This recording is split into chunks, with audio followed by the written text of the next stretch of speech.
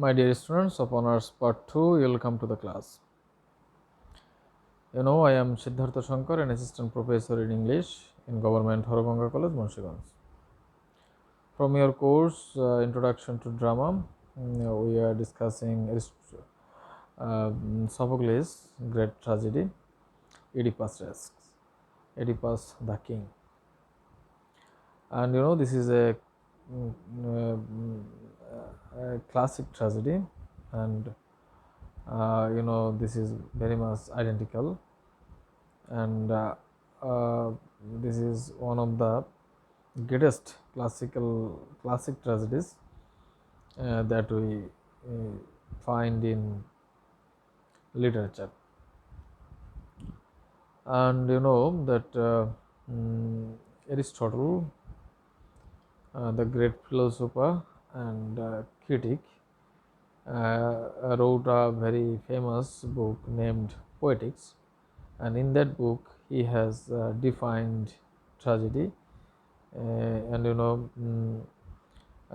his definition basically was based on this great tragedy, Sophocles' Oedipus Rex, and Aristotle has also illustrated the name of this tragedy.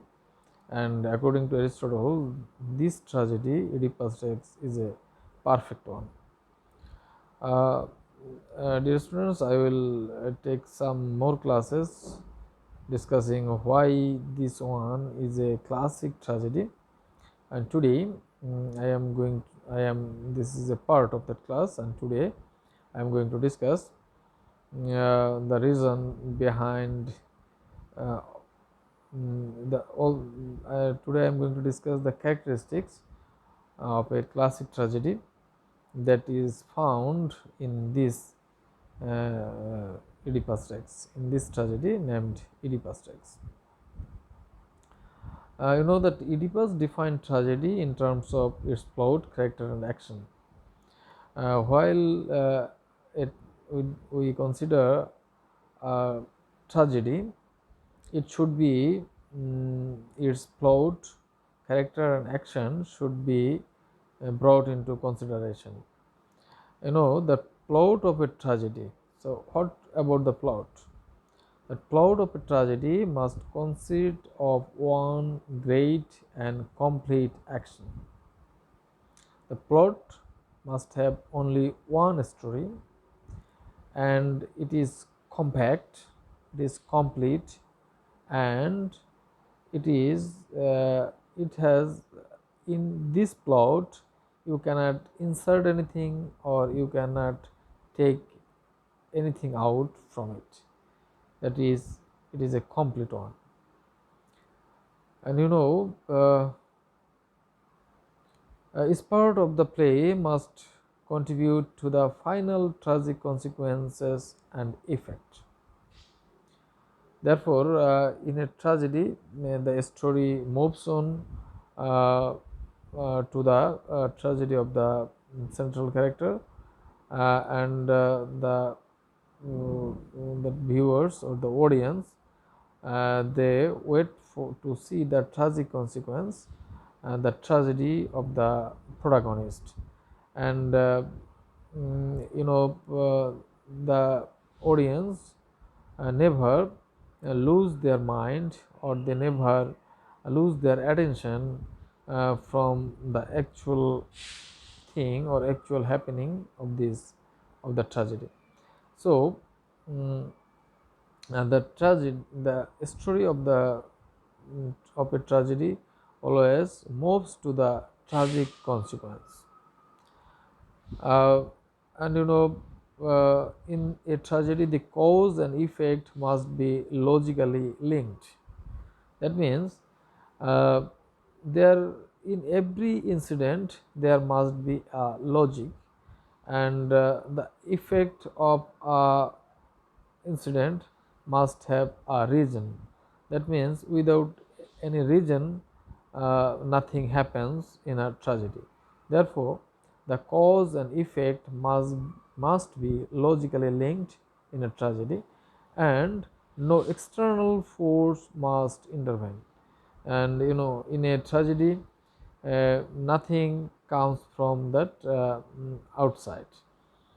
That means everything is compact, and nothing can be added here or nothing can be subtracted here. Uh, that the main tragic character, so this is about the plot. That plot is a compact one, this is a complete one, this is uh, uh, this is a story that moves unabatedly to the consequence, and it moves towards the tragic consequence and effect, and it is a complete whole, nothing can be given here or nothing can be taken out here. So a plot, this is about the plot of a tragedy according to Aristotle, and in the tragedy Oedipus Rex we also find such quality. And the character,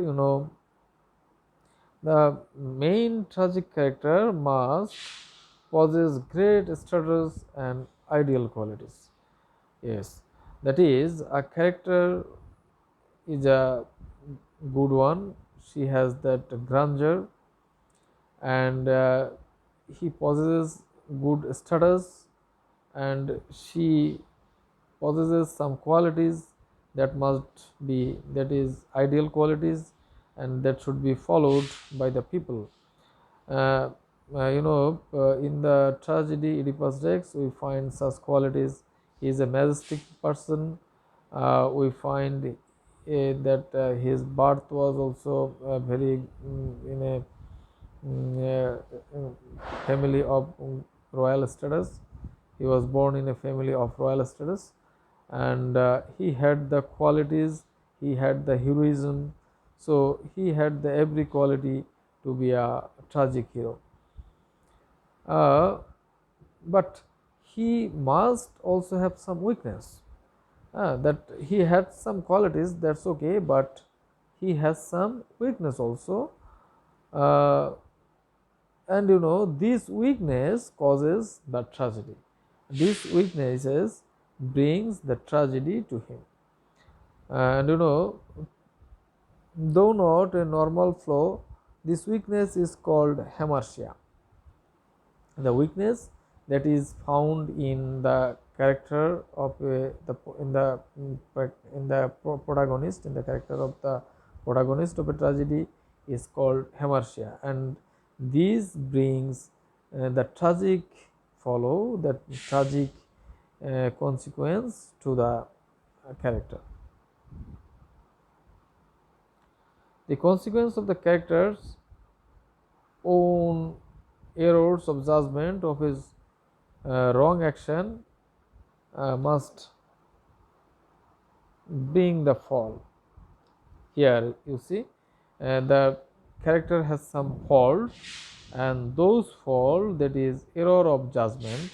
And in the Oedipus Rex, King Oedipus had the thirst for knowledge, to know his identity, to know the identity of himself.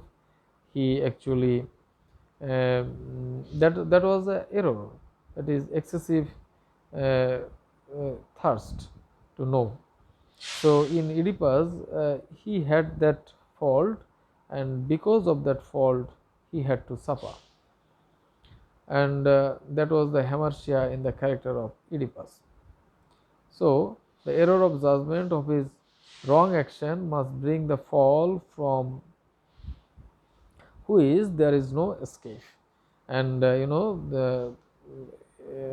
when his real identity was unveiled, he was completely doomed. King Oedipus was completely doomed. So he had no escape from that tragedy. And this should give us the sense of inevitability. Inevitability means what will happen, there is no escape from that. When the identity of Oedipus was discovered, he had to embrace his tragedy, and he had no way to escape from that, escape from that tragedy or inevitability. Uh, and the reversals and the discovery must reveal to the character uh, and the audience the cause of the character's undoing and downfall. So the discovery, in a tragedy, that is when the discovered when his identity was discovered, it was something reversal, that is opposite to what Oedipus thought, what the mm, central character of this tragedy thought. The discovery was not similar according to his thought. That means that causes a reversal, and the characters and the audience came to know it. And in this, here we don't find any external forces or the role of fate.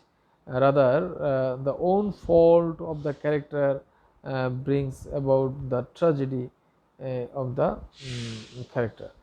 So here, mm, in this tragedy, the Oedipus Rex, we will find all the characteristics of a tragedy, of a classic tragedy, that is defined by Aristotle. So dear students, hopefully you have enjoyed today's class, and in my next class I will discuss it in details. Thank you.